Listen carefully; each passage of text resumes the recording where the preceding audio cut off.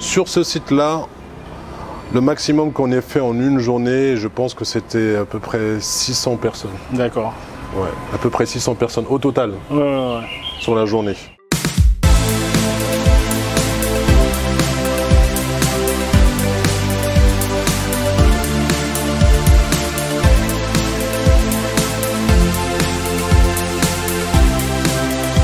Bruno, comment tu vas? Ça va et toi Yannick? Ouais, maintenant on est complètement chez toi. La chaîne YouTube, dans ton parc, on n'est plus chez moi. C'est plus l'expérience Yannick Yao, c'est business rentable en Afrique. Oui. C'est ça. Écoute, on est aujourd'hui à Hyde Park, zone 4, à Abidjan. Je crois que l'interview qu'on a fait précédemment et celle que tu as fait récemment sur une autre chaîne YouTube, l'investisseur africain, pour ne pas le nommer, t'a poussé à vouloir encore montrer un peu plus de l'activité concrètement des loisirs en Afrique et notamment les parcs aquatiques de proximité. Donc c'est pour ça qu'on est là aujourd'hui tout simplement. Dis-nous, c'est lequel celui-ci? C'est le premier, c'est le deuxième? Ici on est chez Hyde Park, c'est le deuxième. C'est le deuxième. Ouais. On l'a construit juste après avoir terminé le Splash, le premier qu'on a construit. Et comme je t'avais dit la dernière fois, 3 mois après, on a dû démarrer l'activité de celui-ci parce qu'il y avait tellement de demandes. Donc on l'a construit dans la foulée du premier. Ok, ça veut dire que, comme tu le disais dans des précédentes vidéos, il y a eu un ROI assez fulgurant.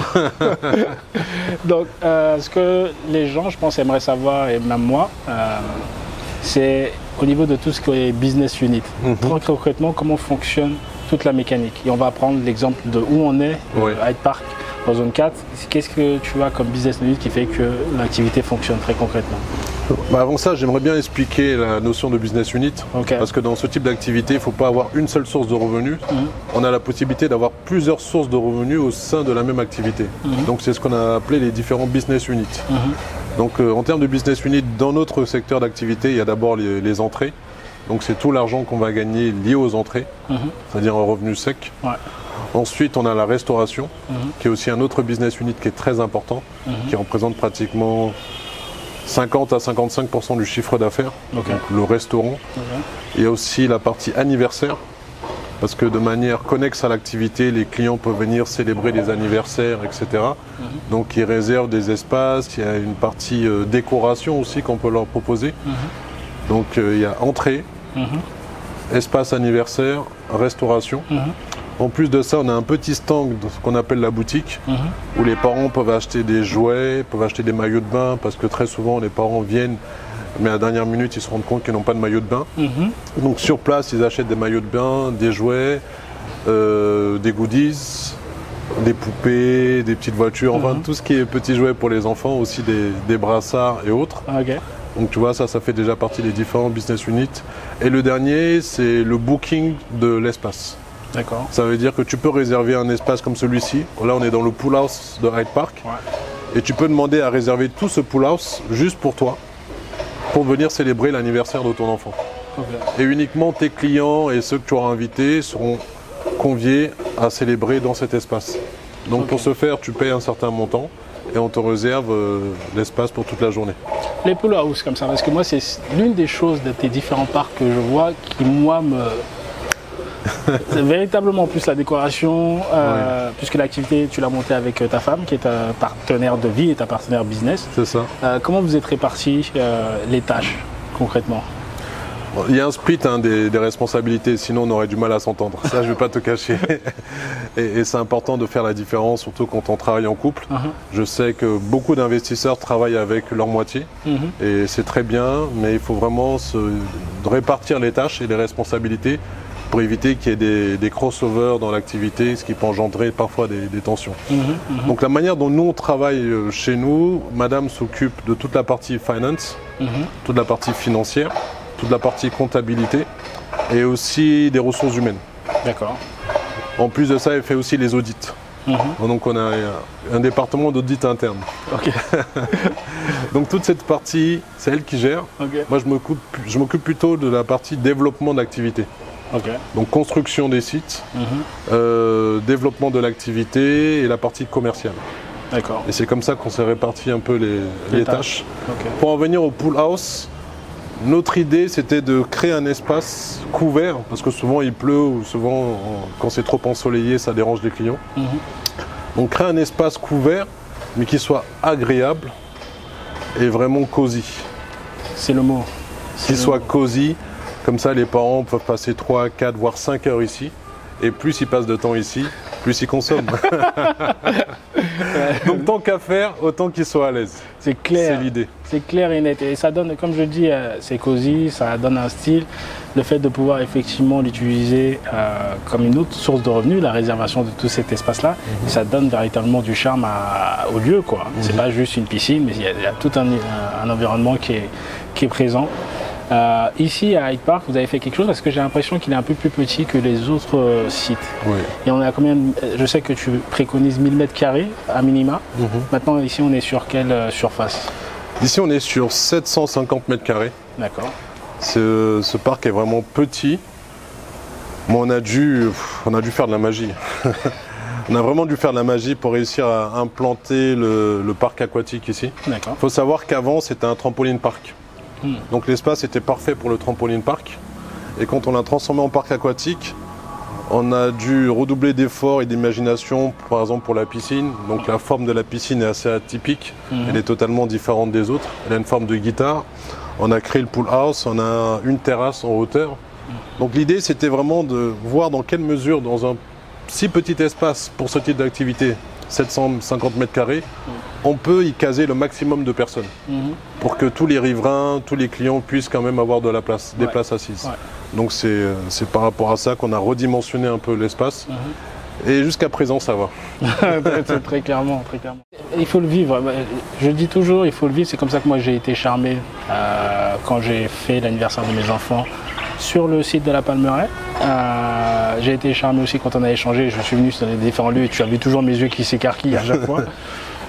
Et maintenant que véritablement je sens un attrait pour, non seulement pour le grand public, mais aussi pour des investisseurs, puisque je t'ai rejoint dans cette aventure-là. Ce qu'ils aimeraient savoir, c'est généralement ce qui revient, c'est combien de personnes je peux accueillir sur un parc aquatique. Que ce soit 1000 m², que ce soit 750 m², c'est généralement combien de personnes peuvent venir. Et voilà. C'est pas une mesure précise, parce que tu t'imagines qu'on compte pas le nombre de personnes en temps réel. Par contre, on peut savoir le nombre de personnes qu'on a eu sur le long de la journée, tout au long de la journée. Mais les gens viennent ici par vague. Et sur les différents sites aussi, ils viennent par vague. Je m'explique. Tu as des gens qui sont très matinaux, qui vont venir très tôt. Dès 9h le matin, ils seront là. À 11h midi, ils vont partir. Après, tu as une deuxième vague vers 11h. Tu as une troisième vague vers 13h, 14h. Après, une vague de 15h. Donc, il y a plusieurs vagues comme ça dans la journée. Sur ce site-là, le maximum qu'on ait fait en une journée, je pense que c'était à peu près 600 personnes. D'accord. Ouais, à peu près 600 personnes au total sur la journée. Mais comme je te disais, ça varie en fonction des sites, en fonction de la taille, de la disposition des sites. Ici, on a une salle climatisée en bas, on a une terrasse en haut, donc ça nous permet de gagner de la place. Mais en moyenne, sur ce site-là, au maximum, on est à 600 personnes. Ok. Ce qui est bien dans tes parcs et où tu les as situés, on a affaire à différentes catégories de population. Ici, la manière dont vous avez structuré le business fait que quasiment tout le monde peut rentrer dans vos parcs en fait. Donc ici, on est en zone carte. Quel est le type de personnes que tu reçois ici dans tes parcs? Ici, zone 4, c'est un quartier assez huppé d'Abidjan. On y trouve une bonne partie des étrangers, des Européens, des Américains qui vivent ici. C'est une clientèle différente, mais malgré cela, sur tous les sites, on essaye de mettre la qualité. Et la qualité, on ne la met pas en fonction du quartier, on la met vraiment en fonction du site. C'est clair. C'est une constatation que j'ai faite quand je suis allé sur les différents sites. Voilà. Et si tu remarques bien, au fur et à mesure qu'on construit, ou qu'on construisait les sites, les derniers sont toujours plus beaux que les avant-derniers. C'est pas faux.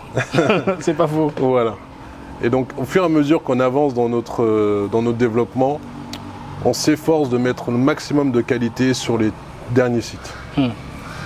De manière à ce qu'on progresse et que les clients apprécient l'évolution et l'amélioration.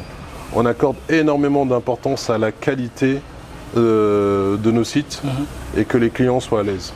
Parce que non seulement tu payes, c'est vrai, pour t'amuser, mais visuellement, si tu es bien, si tu trouves le site agréable et tu estimes que les gens, ceux qui ont investi, ont vraiment mis des choses de qualité, ça te réconforte dans le paiement du ticket d'entrée. C'est clair. Il y a une phrase que tu as dite, je crois il y a quelques jours quand on échangeait, et tu l'as dit quand on était en conférence avec des potentiels investisseurs, c'était que tu préférais perdre un poulet que perdre un client.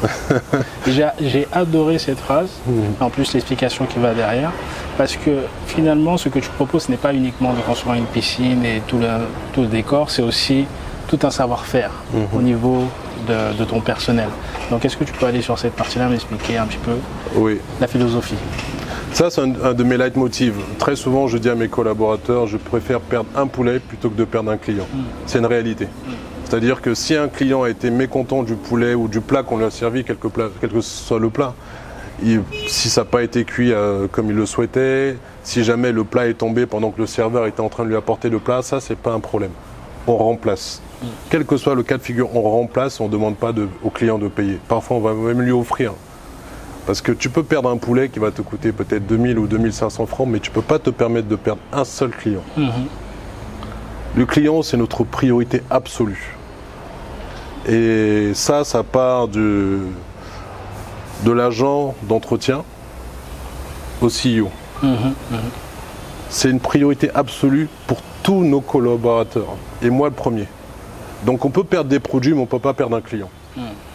Parce que quand tu perds un client mécontent qui s'en va de chez toi, figure-toi que c'est 10 clients qui auront cette information du mécontentement. Donc tu ne perds pas un client, tu perds au moins 10 clients. Et quand tu gagnes un client qui est satisfait va colporter l'information autour de lui, mais va toucher maximum 5 clients. Donc il ne faut absolument pas perdre un seul client. Non, un client mécontent, t'en perds 10, un client satisfait, t'en gagnes 5. T'en gagnes 5 et même lui, il va continuer à revenir. Donc voilà. C'est tout aussi intéressant. Et ça, c'est vraiment notre priorité. Être customer focus, s'assurer que tous les clients sont satisfaits. Bien sûr, on n'atteint jamais les 100%, bien sûr, mais on cherche à y tendre. Et si c'est par rapport à un produit, c'est vraiment pas un problème. C'est vraiment pas un problème. Je vais appuyer un peu plus sur ça, puisque dans les échanges que j'ai avec ceux qui nous contactent actuellement en volume important, c'est que selon le pays, ils se disent vous avez réussi à faire ça en Côte d'Ivoire, mais est-ce que véritablement tu peux faire ça au Cameroun ou au Gabon? Je leur dis, écoutez, il y a des standards, il y a des process qui ont été établis. C'est ça, vous allez bénéficier, mais j'aimerais bien que tu entres un peu plus en détail sur ça. Comment vous pouvez, vous, retranscrire cela au Gabon, au Cameroun, en Centrafrique, au Congo? Comment vous pouvez faire ça? Écoute, c'est pas bien compliqué. Le projet, quand on le réalise, on ne prend pas en compte la ville ou le pays. La qualité qu'on va mettre dans le projet, l'énergie qu'on va mettre dans le projet seront identiques, quel que soit le pays. Vraiment, quel que soit le pays. On va s'assurer à mettre le maximum de qualité pour satisfaire les clients. Si les grandes marques ou les grandes chaînes américaines sont capables de s'installer ici et d'avoir plus ou moins la même qualité de service, que ce soit dans la restauration, dans le transport, je ne vais pas citer de nom, mais je pense que tu vois à qui je fais allusion. Si ces grandes sociétés américaines sont capables de s'implémenter ici et de garder cette qualité de service, c'est que nous aussi, à notre niveau, on devrait être capable de faire la même chose. C'est vrai qu'on n'est pas dans le même secteur d'activité, on n'est pas dans la restauration rapide, on n'est pas dans le transport. On est dans un secteur qui est particulier, qui est aussi sensible que celui de la restauration, parce que là, on s'adresse aux enfants. Donc, c'est la priorité de chaque parent. Mais on est capable en Afrique, et c'est ce qu'on veut démontrer, de pouvoir dupliquer ce modèle à l'infini et garder la même qualité, avec la même énergie, avec la même passion, pour que, in fine, les parents apprécient. Qu'ils soient à Douala, à Yaoundé, à Yamoussoukro ou à Dakar, ils apprécient la qualité de service parce que c'est une continuité. Est-ce que sur les différents sites que tu as, nous avons différentes restaurations ou c'est la même restauration qui est appliquée? C'est à peu près la même restauration sur chaque site. C'est vraiment primo des plats locaux parce qu'on privilégie les plats locaux. On privilégie des plats abordables, à des prix abordables, 3 000, 4 000, 5 000, jusqu'à 6 000, 7 000 maximum. Parce qu'il faut que ça soit abordable et puis que toute la famille puisse se restaurer à moindre coût. C'est des plats rapides. Ouais. Donc c'est pas des plats qui sont cuisinés en 45 ou 1 heure. En 10-15 minutes, on est capable maximum de te présenter le plat. Et surtout, on met à l'honneur vraiment les plats locaux. Poisson braisé, poulet braisé, brochettes, etc. Et l'ensemble de nos fournisseurs, ce sont des agriculteurs, ce sont des éleveurs avec qui on travaille. On a une relation directe avec ces fournisseurs-là. D'accord. Et donc ça leur permet, eux, de gagner. Parce que comme ils travaillent en direct avec nous, il n'y a pas d'intermédiaire, ils gagnent plus. Ouais. Et nous, on est sûr de la qualité des produits. Je ne vais pas te dire que je connais tous les poulets un à un. Je ne les ai pas vus courir, je ne les ai pas vus gambader. C'est clair. Mais je connais le fournisseur. Et je sais qu'avec cette personne, on n'a jamais eu de soucis et qu'elle s'assure de nous livrer toujours de la marchandise de qualité. Oh, ok, super. Déjà, je tiens à profiter de cette opportunité pour vous présenter Monsieur Yannick Yao. C'est avec lui que beaucoup d'investisseurs discutent. Il fait un excellent travail commercial et j'espère que vous êtes ravis des échanges que vous pouvez avoir avec lui. Il maîtrise parfaitement son sujet et il essaie d'accompagner tous nos prospects dans la mesure du possible à comprendre l'activité et à vous accompagner dans l'investissement. Donc le beau gosse qui vous accompagne, c'est lui. Le beau gosse, l'extrême beau gosse, s'il te plaît. J'ai l'impression que les gens ne se rendent pas compte. En fait. Des fois, quand je leur parle au téléphone, je leur dis ça, ils ne comprennent pas qu'effectivement, c'est une activité qui est, j'allais dire ultra lucrative, mais bon, qu'est-ce que je te dis toi, comme tu as lancé ça, si on peut revenir en arrière, c'était pourquoi tu l'as lancé, cette activité-là? Pour que nos enfants puissent profiter aussi. La première fois que j'ai vu ça, c'était à l'étranger, j'ai bien apprécié, et je voyais les enfants qui s'amusaient, je voyais les parents qui étaient là, qui passaient du bon temps. Et je trouvais ça dommage que dans nos villes, en Afrique subsaharienne, on n'ait pas ça. C'est pas normal que nos enfants puissent pas s'amuser comme les leurs. C'est pas normal. Et donc c'est parti de là. C'est à partir de là que je me suis dit, il faut absolument qu'on le fasse. On ne connaissait rien du business, on n'avait pas les compétences, on n'avait pas de fournisseurs locaux, on n'avait pas d'acteurs locaux pour l'implémentation. Mais quelque part, j'aime les challenges. C'est clair. Quand tu me présentes un challenge devant moi, c'est ça qui m'excite et c'est ça qui me pousse à aller de l'avant. Et quand j'ai partagé l'idée avec l'équipe, on s'est dit on va se lancer. On n'a même pas réfléchi. Et très souvent, je ne réfléchis pas dans ce que je fais. Je me lance, on va voir ce que ça va donner. Si ça marche, tant mieux. Si ça ne marche pas, on apprend de nos erreurs, on se relève rapidement et on repart. Moi, ma philosophie, c'est ça. C'est essayer vite, échouer très vite et recommencer encore plus vite. On ne laisse pas de temps de pleurer, de se lamenter. Non, on a échoué, c'est pas grave, on reprend. Mais à un moment donné, on va réussir. Et quand on va réussir, on va pouvoir s'élancer. C'est clair. Ouais, c'est ma philosophie, c'est comme ça que je fonctionne. Dieu merci, ça a été intéressant dès le départ sur cette activité. Non, il y a eu des échecs auparavant. On ne parle jamais des échecs, mais il y a eu des échecs, il y a eu des expériences malheureuses, j'ai envie de dire. Mais ça fait partie du game, ça fait partie du business. Ne vous lancez pas dans l'entrepreneuriat en vous disant tout ce que je vais tenter va fonctionner, va réussir. Ne vous dites pas que pour lui ça a marché, il n'y a pas de raison que ça ne marche pas pour moi. Non, avant que ça ait marché pour lui, il y a eu des tentatives, il y a eu des échecs. Et on apprend de ces expériences. C'est pas seulement des phrases de coach, c'est une réalité.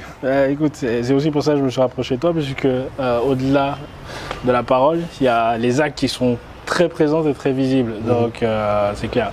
Tu me parlais aussi on va dire du secteur du loisir, qui est, quand tu m'en as parlé, effectivement, c'est sous-développé. Et il y a des vraies opportunités par rapport à cela. Est-ce que tu peux aller sur Oui, c'est un secteur qui a toujours été abandonné, pratiquement. Dans nos régions, c'est un secteur qui a été abandonné. Dans des pays tels que le Sénégal ou la Côte d'Ivoire, on voit qu'il y a des efforts qui sont faits dans ce domaine d'activité. C'est un pan de l'économie qui est sous-estimé. Et le potentiel de ce pan d'économie est hallucinant. Hallucinant. Là, on est en train de développer qu'une seule partie.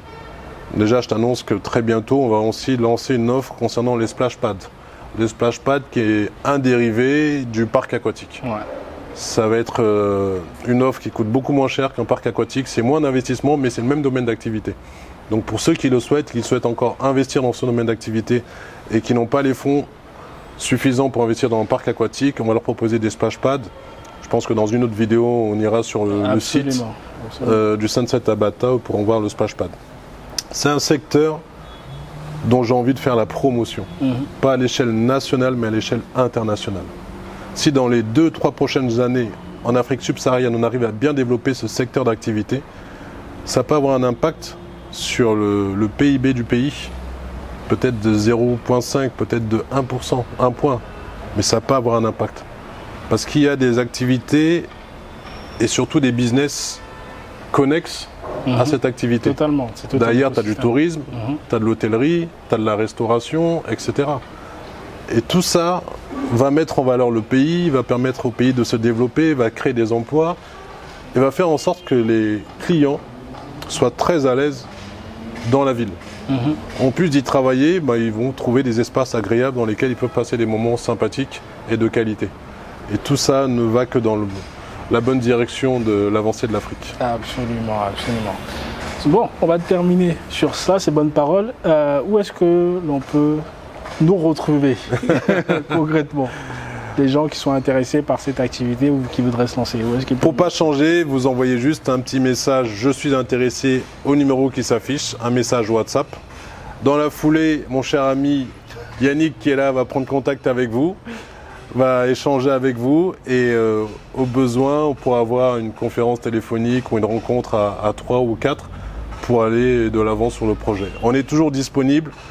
On n'a qu'une seule ambition, c'est de pouvoir permettre à l'ensemble de nos enfants et des familles de profiter de ce type d'espace dans chaque capitale de ce continent et dans chaque ville secondaire de ce continent. Donc si vous souhaitez vraiment investir dans ce domaine d'activité, dans les parcs de loisirs, dans les parcs aquatiques, n'hésitez pas, contactez-nous, on va vous accompagner et vous aider à réaliser votre rêve. C'est fini. Monsieur Belinga, merci beaucoup. Merci à toi. Et puis à la suite pour une prochaine vidéo dans un autre parc aquatique du groupe iPark. À bientôt. Ciao.